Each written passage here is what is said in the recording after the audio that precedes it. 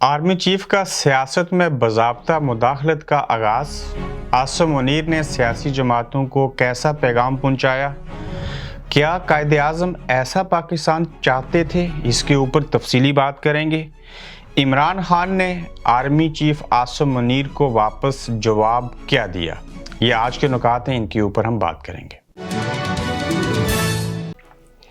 अस्सलाम वालेकुम, आप देख रहे हैं गोरख धंधा। अबरार कुरैशी आपसे मुखातिब हूँ। आज के गोरख धंधा में सबसे पहले बानी पाकिस्तान कायद-ए-आज़म मोहम्मद अली जिन्ना साहब की आज सालगिरह मनाई जा रही है। उन्होंने पाकिस्तान की बुनियाद रखी, क़याम पाकिस्तान अमल में लाया। सवाल ये है कि क्या पाकिस्तान जिस तरह का आज है, कायद-ए-आज़म भी ऐसा पाकिस्तान चाहते थे? सबसे पहली बात यह कि उजलत में क़याम पाकिस्तान अमल में लाया गया। जून 1948 को पाकिस्तान बनना चाहिए था, जबकि 14 अगस्त 1947 को बन गया। लंदन के अंदर गोल मेज़ कॉन्फ्रेंसेस होती रहीं। इस पाकिस्तान के बनने का फ़ैसला लंदन की ब्रिटिश पार्लियामेंट में हुआ। इस सिलसिले में मैंने इंटरव्यू भी किए और जो लंदन के अंदर जिन कागज़ात के ऊपर धूल पड़ी थी, काफ़ी लंबे अरसे के बाद किसी ने उनको देखा, परखा और वहाँ से पता चला कि यहाँ ब्रिटिश पार्लियामेंट के अंदर से कैसे क़याम पाकिस्तान का फ़ैसला हुआ। और उजलत में हुआ जब नेहरू लाल, सर सैयद अहमद ख़ान, इलामा इकबाल, गांधी और ये सारे लोग जो थे, इवन चौधरी रहमत अली भी यहाँ पे आते रहे। बल्कि यहीं पे चौधरी रहमत अली साहब का भी जिक्र कर दूं कि आपके जहन में भी सवाल होगा कि जिस शख्स ने पाकिस्तान का नाम तजवीज़ किया, चौधरी रहमत अली, जो कि एक बहुत बड़ा नाम है, उनको पाकिस्तान तदफीन के लिए उनकी मैयत ना लेके गए वहाँ पे और उनकी तदफीन यहाँ पे ही कैम्ब्रिज में की गई। मैं उनकी कब्र पे भी गया, वहाँ हमने एक डॉक्यूमेंट्री शूट की थी। वापस आते हैं कि पाकिस्तान जिस तरह का है, कायद-ए-आज़म किसी सूरत इस तरह का पाकिस्तान नहीं चाहते थे। और जब कायद-ए-आज़म ज़िंदा थे क़याम पाकिस्तान के कुछ अरसा बाद, तो पाकिस्तान के पहले गवर्नर जनरल भी बने। फिर उस वक्त की जो इस्टेब्लिशमेंट थी, हमें याद है, हमने किताबें पढ़ी, हिस्ट्री पढ़ी, उससे ये पता चला कि उस वक्त की इस्टेब्लिशमेंट भी कायद-ए-आज़म के अहकामात नहीं मानती थी। जिसकी मिसाल दूंगा कि वो अयूब खान के साथ जब लखनऊ में भारत गए तो उन्होंने वहाँ पे अयूब खान साहब को सल्यूट मारने से मना कर दिया कि आप मुझे सल्यूट नहीं करें। नाराज़गी थी, उसकी बेशुमार वजूहात हैं, इसके ऊपर मैंने एक वॉइस ओवर स्टोरी की। फिर जब पेशावर में कायद-ए-आज़म साहब की यकीनन वो आखिरी तकारीर में से एक थी, उसमें उन्होंने कहा कि फ़ौज किस लिए होती है, इसका क्या काम है और फ़ौज को क्या करना चाहिए। और मुझे ये महसूस हो रहा है कि फ़ौज की ज़्यादा दिलचस्पी अपनी दिफाई सलाहियतों के ऊपर काम करने के बजाय, तवज्जो देने के बजाय, वो सियासत में ज़्यादा दिलचस्पी रखते हैं। तो इस तरह की चीज़ों को हमने देखा, हमने सुना, बाज़ लोगों के साथ किताबों में पढ़ा। लेकिन कायद-ए-आज़म की तकारीर जहाँ पे हमें बहुत कम सोशल मीडिया के ऊपर मिलती हैं, ज़ाया कर दिया गया और जो कुछ असल हक़ाइक़ थे वो भी किताबों के अंदर उस तरह से शामिल ना किए गए। हम सल्यूट करते हैं कायद-ए-आज़म को, जिन्होंने हमें पाकिस्तान दिया, जिसके अंदर हमें मज़हबी शख्सी आज़ादी हासिल है। अलग बात है कि जिस तरह का वो पाकिस्तान चाहते थे, ये पाकिस्तान 75 साल 76 साल गुजरने के बाद भी उस तरह का पाकिस्तान ना बन सका और हम इस पाकिस्तान को वैसा ना बना सके जैसा कि इसको बनना चाहिए था। उसकी सबसे बड़ी वजह ये हुई कि सियासत के अंदर इस्टेब्लिशमेंट की मुदाखलत रही। हमारी उम्र 75 साल है, लेकिन इस मुल्क के अंदर 40 साल से ज़ायद अरसा फ़ौज ने हुक्मरानी की। यहाँ पे जमहूरियत परवान ना चढ़ सकी। यहाँ पे जमहूरियत परवान ना चढ़ने के बायस जो था, वो लोगों के ना तो बेसिक मसाइल ठीक हो सके, हल हो सके, और ना ही लोगों को तालीम दी जा सकी। सबसे बड़ा ब्लंडर ये हुआ कि हमने लोगों को एजुकेट नहीं किया।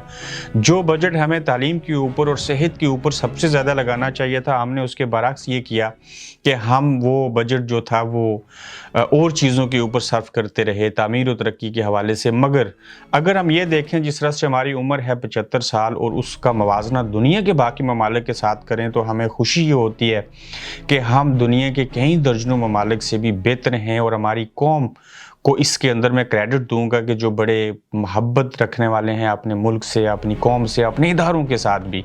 अलग बात है कि ये एक सियासी अदम इस्तेकाम और जमहूरी अदम इस्तेकाम इस मुल्क के अंदर हमेशा रहा। पहले डेमोक्रेसी नहीं थी, जब डेमोक्रेसी नहीं थी तो मार्शल लॉ था। मार्शल लॉ के बाद जब डेमोक्रेसी आई तो उस डेमोक्रेसी को हमने मिलिट्री डेमोक्रेसी बना दिया, यानी कि डेमोक्रेसी के नाम के ऊपर मिलिट्री डेमोक्रेसी में इसलिए कहता हूँ कि पाकिस्तान के अंदर जो हुकूमतें होती हैं, जो वज़ीर आज़म होते हैं, वो आज़ाद नहीं होते।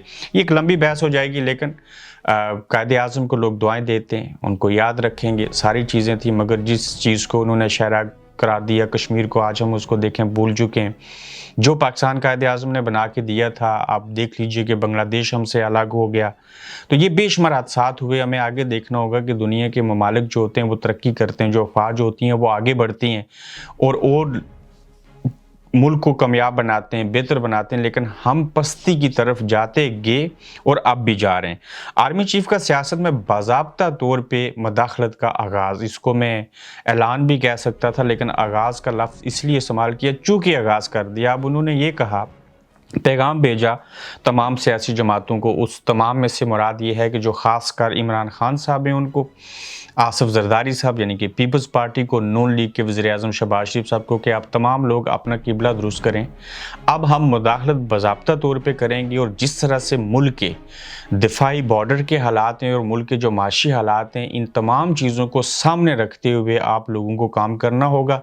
बासूरत दीगर ये निज़ाम ऐसे नहीं चलेगा और ये समझते हैं वो कि जिस तरह से जो कुछ बॉर्डर के ज़रिए अफ़गानिस्तान की तरफ से चीज़ें हो रही हैं, एक ब्लास्ट भी हुआ, फिर मुल्क के अंदर सियासी अदम इस्तेकाम है, फिर माशी अदम इस्तेकाम, उससे बड़ी प्रॉब्लम है। तो इन सारे हालात के अंदर आर्मी चीफ ने कहा है कि तमाम सियासतदान अपनी अपनी जो चीज़ें हैं उनको ठीक करें। और इमरान खान साहब को उन्होंने जो पैगाम दिया था वो ये था कि आप ख़ासकर पार्लियामेंट के अंदर वापस आएँ, वहाँ बैठ के अपने मामलात को सुलझाएँ, तमाम सियासतदान आपस में बैठें। और इस का जवाब जो था इमरान खान साहब ने आर्मी चीफ को ये दिया कि मैं ज़रा भी लचक पैदा नहीं करूँगा और जितनी भी चीज़ें हुई, जो कुछ हुआ हमारे साथ, ज़्यादती हुई, मेरी हुकूमत को भी ख़त्म किया गया। अब मेरे पास अवामी ताकत है और उसके बलबूते के ऊपर चीज़ें करूँगा और मैं किसी सूरत पार्लियामेंट के अंदर नहीं जाऊँगा। और उन्होंने लचक दिखाने से इनकार किया। अब देखना ये होगा कि जो बगाड़ पैदा किए गए इस्टेब्लिशमेंट की तरफ से, जो साबका इस्टेब्लिशमेंट थी, अब ये जो नई इस्टेब्लिशमेंट है ये मुदाखलत भी करती है। फिर इनको जब बस नहीं चलता मुल्क के माशी हालात और बाकी चीज़ों को देखते हुए, तो फिर इनको कहते हैं कि आप ठीक हो जाएं, अपने मामलात खुद सुलझाएं। ये मामलात कैसे खुद सुलझें जो आपकी वजह से बिगड़े? फिर जिन्होंने बिगाड़ा वो अगर पीछे चले जाएं तो सियासतदान तो कभी भी, आज तक तारीख शायद है कि इन्होंने आपस में बैठ के कभी नहीं चीज़ें की। इनकी आपस में नफ़रत, इनकी आपस में चीज़ें इतनी दूर तलक चली गई हैं कि ये आपस में एक दूसरे को बर्दाश्त नहीं करते। पंजाब की असम्बली तालील करने का जो कानूनी और आइनी हक है, उसी को देख लीजिए कि उसको एक खिलवाड़ बना दिया गया। हमेशा से इस्टेब्लिशमेंट हो या अदालतें हों, उसके ज़रिए असम्बलियों को, सियासतदानों को ना सिर्फ चलाया गया पॉजिटिव वे में, बल्कि मनफी रवैये इख्तियार करते हुए ऐसे ऐसे फ़ैसले किए गए कि खान साहब को मैनेज करके हुकूमत में लाए। उससे पहले जो नवाज शरीफ थे उनको आपने फ़ारिग कर दिया, फिर आके इमरान खान को फ़ारिग किया, अब आके फिर आप 12-13 जमातों को वापस ले आए। तो जब इस तरह की सिचुएशन होगी तो सियासतदानों के दरमियान तो नफ़रतें पैदा होंगी और जब ये नफ़रत बढ़ेगी तो फिर सियासी अदम इस्तेकाम रहेगा। अब इमरान खान साहब को भी पता है कि जब तक मैं सियासी अदम इस्तेकाम पैदा करके रखूँगा, चूँकि उन्होंने 1 जनवरी से रैलियाँ निकालनी हैं, तो ये सियासी अदम इस्तेकाम तो इसी को कहते हैं। और जब सियासी अदम इस्तेकाम होगा तो माशी अदम इस्तेकाम बरकरार भी रहेगा और वो मज़ीद बढ़ेगा। और किसी भी मुल्क के अंदर जब तक ये सियासी हालात ठीक नहीं हो जाते, उस वक्त तक उस मुल्क की मैशत जो है वो ठीक नहीं होती। अब खान साहब को भी पता है कि मेरे पास तो अवामी ताकत है और मैं इसी के ज़रिए सियासी अदम इस्तेकाम पैदा करके रखूँगा, जिसकी वजह से माशी अदम इस्तेकाम रहेगा और जिसके बायस ये इस बात के ऊपर मानने को तैयार शायद हो जाएंगे कि आप इलेक्शन हम करवा दें और इमरान खान की बात मान ली जाए। लेकिन मुल्क के डिफ़ॉल्ट होने को सामने रखते हुए, बॉर्डर की सिचुएशन को सामने रखते हुए, आर्मी चीफ ने अब इनको जो पैगाम दिया उसमें इमरान खान साहब तो इनकारी हैं, बाकी तो ज़ाहिर है उनकी बात मान लेते हैं। लेकिन अब वो भी ये समझते हैं, जैसे ख्वाजा साद रफ़ीक की प्रेस कॉन्फ्रेंस सुने, वज़ीर-ए-आज़म ने 12 मरतबा कहा कि हम तो अपना टर्न्योवर पूरा करेंगे। हाँ, और तहरीक इंसाफ जो है वो कहती है कि हम तो असम्बलियों में वापस नहीं जाएंगे। तो ऐसे हालात के मुताबिक चीज़ें जो हैं वो सियासतदान आपस में बैठ के नहीं सुलझा सकते। तो अगर मुल्क और कौम के साथ हमदर्दी है तो इक़्तिदार के अंदर रहना ज़्यादा ज़रूरी है या اس کا حل الیکشن 2-4 ماہ پہلے کروا دینا ضروری ہے۔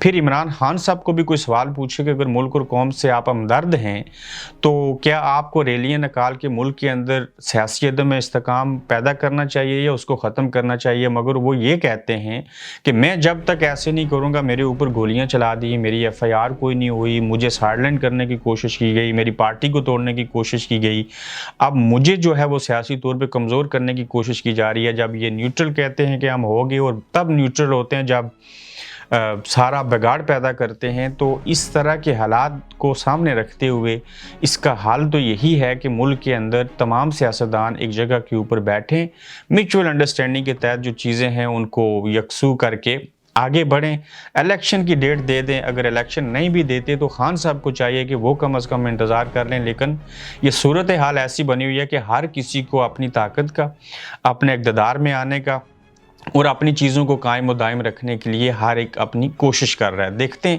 اس سارے عمل کے دوران جو باضابطہ آرمی چیف نے مداخلت کا آغاز کیا، یہ مثبت کوئی چیز اس سے نکلے گی یا کہ اس کے منفی اثرات مرتب ہوں گے، لیکن خان صاحب نے ان کی باتوں کے اوپر لچک دکھانے سے صاف انکار کیا ہے۔ اپنا فیڈ بیک دیجیے گا، اپنا خیال رکھیے گا، اور کل دوبارہ سے آپ کے ساتھ نئے ولاگ میں پھر ملاقات ہوگی۔ تب تک کے لیے اللہ حافظ۔ آپ دیکھ رہے ہیں گورکھ دھندا ابرار قریشی کے ساتھ۔